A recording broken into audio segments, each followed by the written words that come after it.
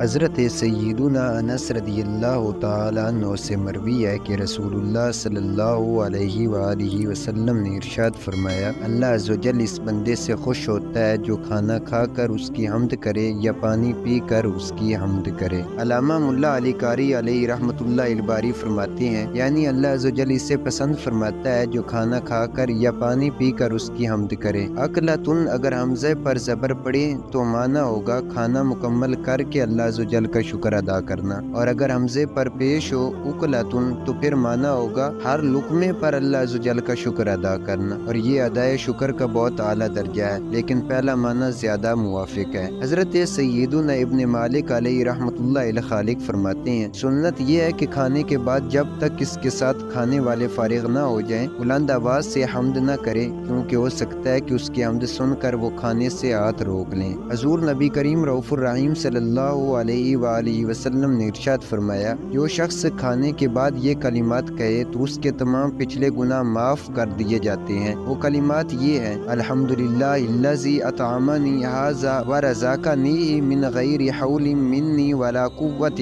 یعنی تمام تعریفیں اللہ عز و جل کے لیے ہیں جس نے مجھے یہ کھانا کھلایا اور میری کسی مہارت و قوت کے بغیر مجھے یہ رزق عطا فرمایا۔ مفتی احمد یار خان علیہ رحمۃ الحنان فرماتے ہیں، اللہ عز و جل اس بندے سے خوش ہوتا ہے جو کھانا کھا کر اس کی حمد کرے یا پانی پی کر اس کی حمد کرے۔ اس فرمان علی کے دو مطلب ہو سکتے ہیں، ایک یہ کہ اگر کسی وقت تھوڑا سا کھانا بھی کھائے، ایک آدھا لقمہ، تب بھی خدا کی حمد کرے۔ دوسرا یہ کہ کھاتے وقت ہر لقمے پر اللہ کی حمد کرے۔ ہم نے بعض بزرگوں کو کھانے کے ہر لقمے اور پانی کے ہر گھونٹ پر حمد کرتے دیکھا ہے۔ کھانا اللہ عز و جل کی بہت لذیذ نعمت ہے۔ اگر سنت احمد مجتبیٰ صلی اللہ علیہ وآلہ وسلم کے مطابق کھانا کھایا جائے تو ہمیں پیٹ بھرنے کے ساتھ ساتھ ثواب بھی حاصل ہوگا، اس لیے ہمیں چاہیے کہ سنت کے مطابق کھانا کھانے کی عادت ڈالیں۔